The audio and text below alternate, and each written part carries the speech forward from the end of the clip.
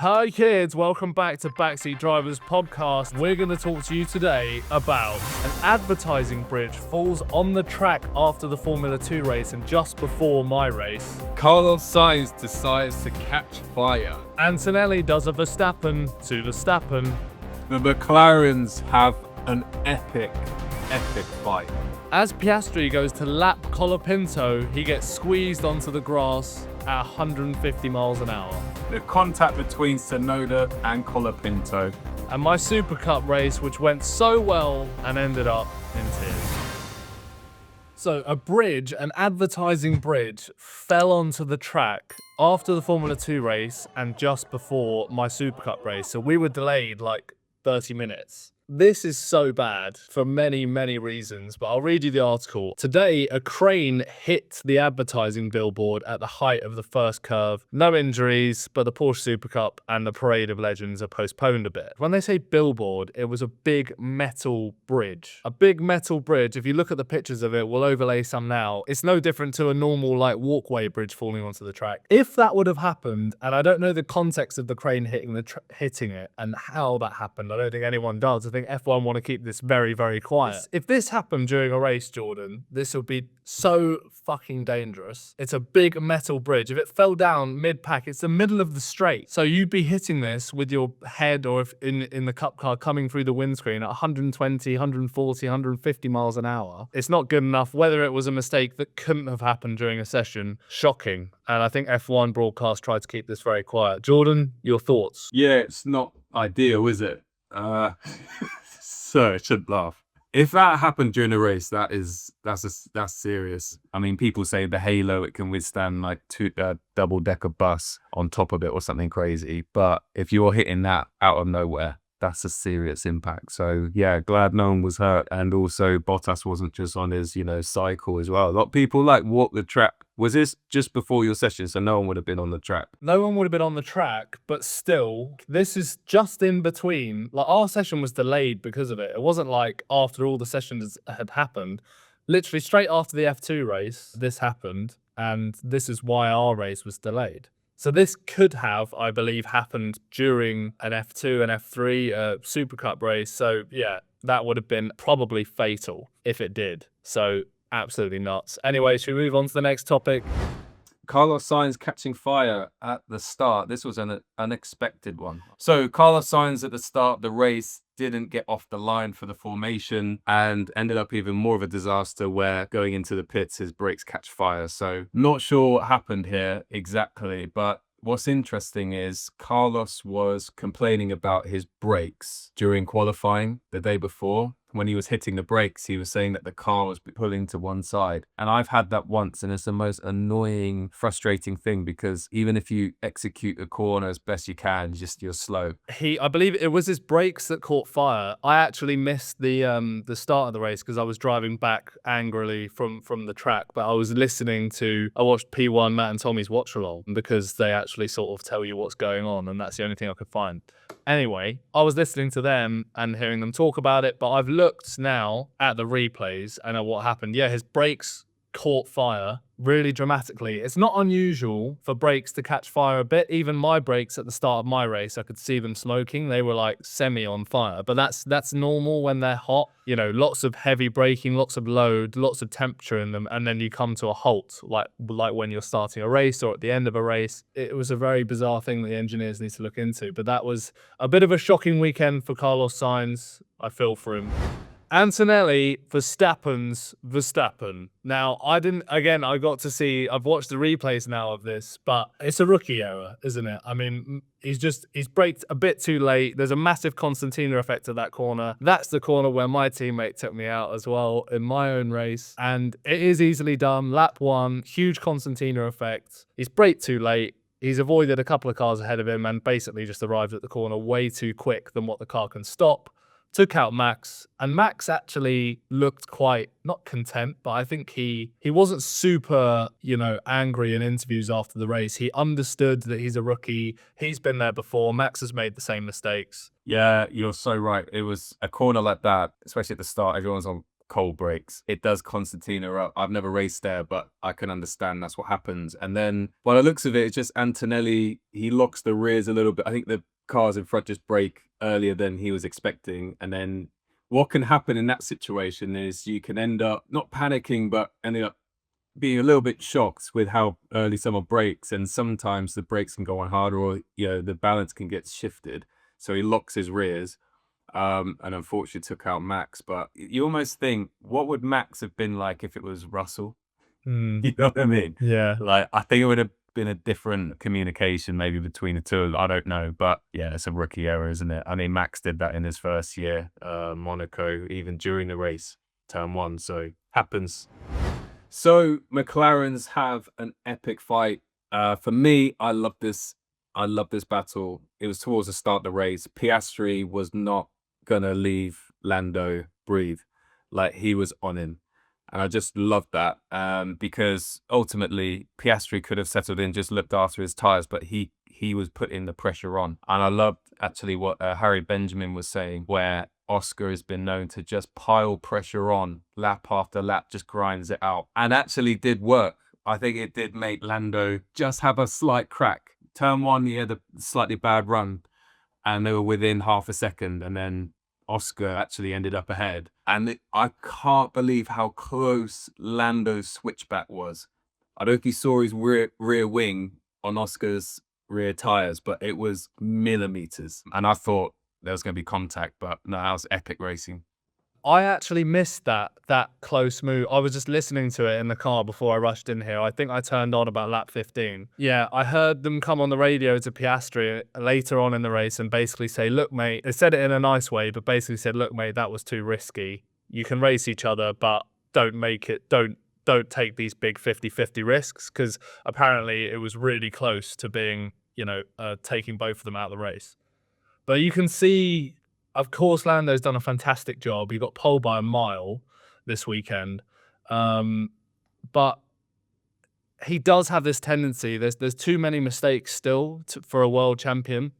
I think like he did, his first mistake was a big mistake at the last corner. He went off into the gravel. He had a huge lead by about 5 seconds early in the race, and then just went off, pushed too hard into the last corner. Then you could see later on in the race, there were lots of like little tiny mistakes. And there was one point where Piastri had a bit of a slow pit stop, which gave Norris some breathing room. But there was one point as we were getting to the end, or nearing to the end, where the gap came from like 5 seconds to like 3 to 2 to 1.5 so quickly, like within like 5-6 laps. Piastri was just gaining. And Norris comes on the radio, and you can hear there's a bit of desperation there, 100%, because he's like, I won't say it word for word right, but it was something like, I need more pace, help me. So it was literally, it's quite an unusual thing. He said it quite desperately. Unusual thing for a driver to say during a race. I mean, they could say, look, I need more pace, what are your suggestions, whatever. It just seemed quite desperate that he said, help me, please. But ultimately brought home the win. I was really hoping there was going to be another couple of laps, because I thought Piastri might be able to catch him. But yeah, it brings us on to one of the reasons that didn't happen is in one of our next news stories. So Colapinto accidentally pushes Piastri onto the grass whilst Piastri is going to lap him. Colapinto was in his own fight. So they'd just gone through turn 3, got a really bad exit, squabbling around, and he's trying to get into the slipstream of the car ahead, but he's completely forgotten or never knew that Piastri is right behind him, / coming up alongside of him, and he just moves right, keeps moving right, doesn't see him, and pushes him straight into the grass, which could have been catastrophic for Piastri's championship. He was pretty much all 4 wheels onto the grass on the straight, probably 140 miles an hour from a back marker. I mean, that was pretty dangerous. We've all been there with back markers, but Jordan, your thoughts? My thoughts are, you know what? I didn't see that exact moment, I'll be honest. However, I did see also another massive fight between Bortoleto and Alonso, who actually manages Bortoleto, which was interesting. But it was such an intense battle, which is kind of rare to see sometimes so late on in the race. But all of a sudden, you'll see it watching this battle, and then all of a sudden, Oscar and Lando are trying to pass, and it's difficult. It is difficult when they're so in the zone, but it's where their teams are going to be just so on it. I think the teams are massively responsible because Lando and Piastri are so much quicker than anyone else. Like, they've got to have warning. They definitely have, because they're arriving quickly. And there's dirty air involved. So, yeah, bit of a mistake. But I don't think it's only... Actually, to be honest, I think it is more Colapinto's fault, maybe. I haven't watched the footage. It's more his fault than the team's fault. Like, he should be aware who's around him.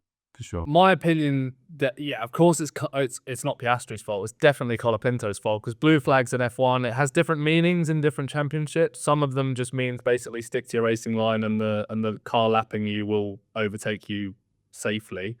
But in F1, it basically means you have to get out of the way of the leaders or of the person lapping you.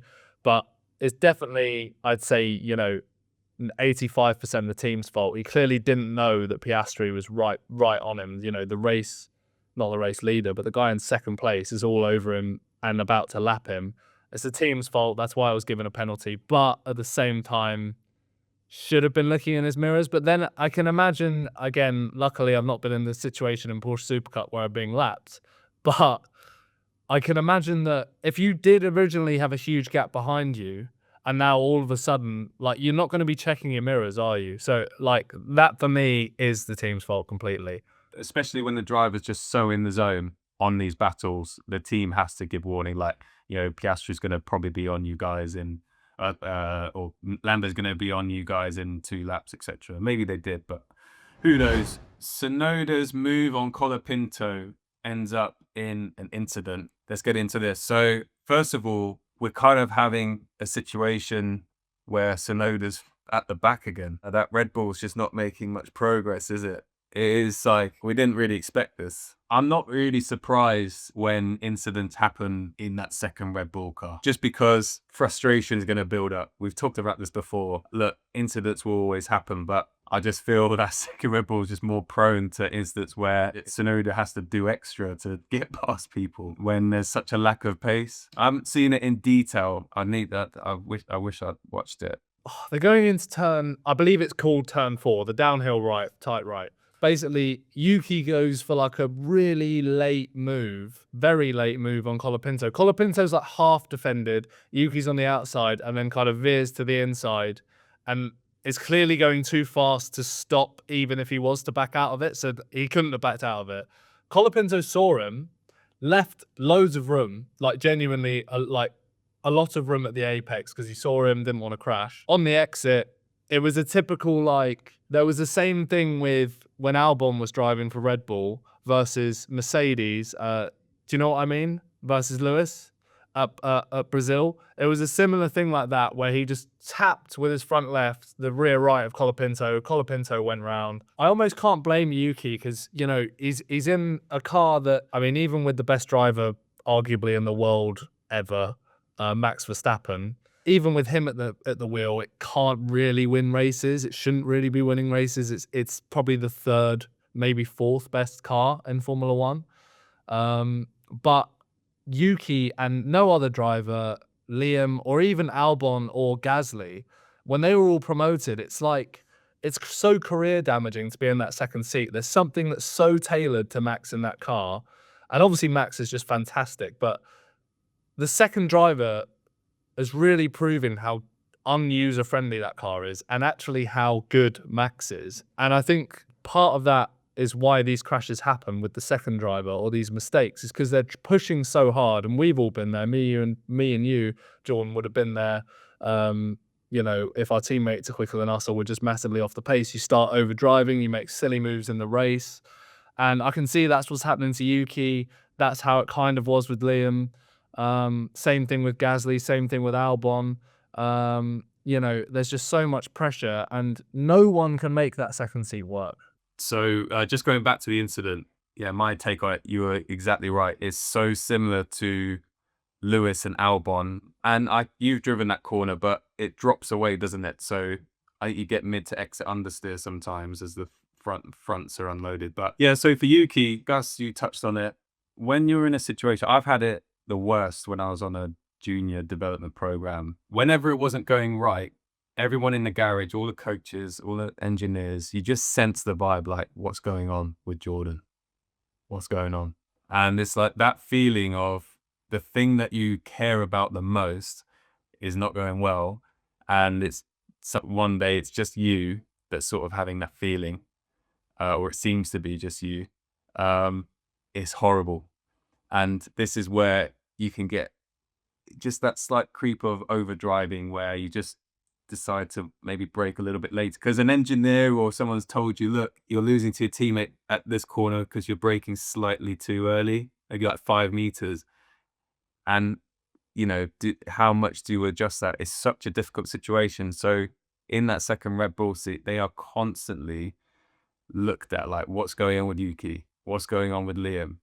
I think it's time that, you know, it already was, but they need to have a massive think about how they're going to have this car good for both drivers next year. It just can't, they can't go on like this. No, absolutely not. And also, like Hajar, if I was him, and he has in interviews, if I was him, I would be doing everything I can not to be in the main Red Bull team because it has ruined careers. Like 4 or 5 careers have been destroyed. And like no one will look at Yuki the same. No one will really look at Liam the same. I mean, I think a lot of them have rebuilt it. Gasly's rebuilt it. Albon's rebuilt it. And Liam's in the process of rebuilding it. He had a great weekend this weekend, and he's a fantastic driver. But like, they're putting all of this talent in the car, and it genuinely just seems like you could put anyone in that car. I would absolutely love to see like Charles Leclerc or Russell or Hamilton get in that second Red Bull. I want to see someone that's not like a inexperienced rookie. I want to see someone that's proven at another team hop in. Maybe Perez is the best example. He arguably has been one of the best performers in that Red Bull, definitely in recent times, definitely in the last 2 years. Anyone they put in that car, Perez actually doesn't look so bad anymore. I was going to say Albon was for sure the best teammate he had. 100%. He was on the podium once or twice. But yeah, Albon and Perez. But anyway, next topic. My Super Cup race. What happened? Well, to give you the very short story, I had an okay quali. Super Cup is so tough. There's 30 really ridiculously quick drivers on there, all from different Porsche Cups around the world. All the winners end up in Porsche Super Cup, and they're in the car all the time, so they're absolutely rapid. Qualified 13th, 2/10 would have put me P4, so I was a bit annoyed about that. But as a team, we struggled. My friend Tio, who at the time, before the weekend, was leading the championship, was 12th, I was 13th, and my other teammate, Yap, was 14th. We'd had a chat before the race. No one do anything stupid. Let's all finish. Let's work together at least until the closing laps. But if we are going to race each other, no contacts, keep it clean. Don't go for any 50-50 moves. Just basic teammate respect stuff. It wasn't team orders. It was just don't be an idiot, basically. So we get into the race. I end up move after move after move, going from 13th, 12th, 11th, 10th. Had a great start, really good pace through the race, made moves here and there, capitalized on a couple of mistakes from other people, ended up in P6 with my teammate behind me, very experienced teammate, Jaap van Lagen. And, engineer came on the radio saying last lap of the race. I had a bit of a gap going into turn 3. I knew it was the last lap. Braking, going into turn 3, all of a sudden, big hit in the rear, and I'm facing the wrong way. I got collected by my teammate, and I've tried to restart. I'm screaming in my helmet. I'm screaming on the radio to the team, effing and blinding. I've never been so angry because that felt like a win to me. Coming from 13th to 6th, proving what I'm made of, and, you know, getting some really strong points for the championship.